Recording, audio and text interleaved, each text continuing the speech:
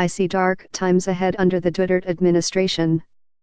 Dictatorship lurks as the citizenry continues to be bound by the president's bombastic and seemingly nationalistic rhetoric. I am not a political analyst, but I can sense that the president wants to be the Filipino Führer, just like the doomed Adolf Hitler. He wants to be a strongman and hold on to power for a long time, just like his idol, the disgraced Ferdinand Marcos Sr. Hitler's speeches in the 1930s were laced with hatred against the Jews and neighboring European countries. Duterte's speeches and statements are full of hatred. Duterte pushes for a federal form of government.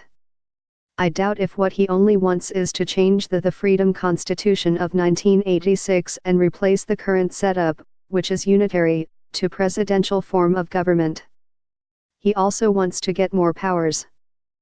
Remember what Marcos did?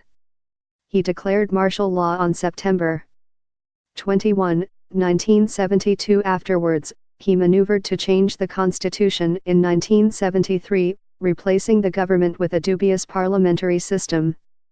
Marcos's government, in truth, was an authoritarian regime. He was the law and above the law.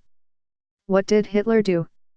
Before he declared himself as Führer in Nazi Germany, the Austrian-born extreme nationalist and anti-Semite underwent complex political dealings that catapulted him to the top.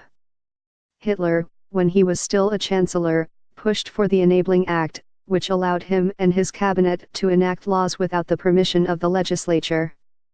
The law was eventually passed, giving him unchecked powers until he sparked the Second World War and he became the chief architect of Holocaust.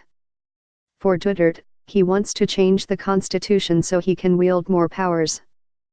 He does not want checks and balances so he can continue his own version of the Holocaust, the senseless killings of suspected drug pushers and users and innocent lives.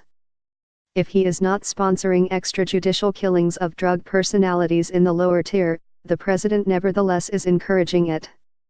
Now, Duterte wants an all-out war against the left. I think he will use it as a springboard to declare a nationwide martial law. The other sign that he wants absolute power is his oft-repeated pronouncement of forming a revolutionary government. As history tells us, a revolutionary government is often led by a military junta or a dictator with a loyal military. And they are the law. Duterte wants to rule the country on his own with unchecked powers in the guise of cleansing it from drug lords and corrupt officials. I doubt his sincerity because he is a traditional politician and can be considered a mercenary.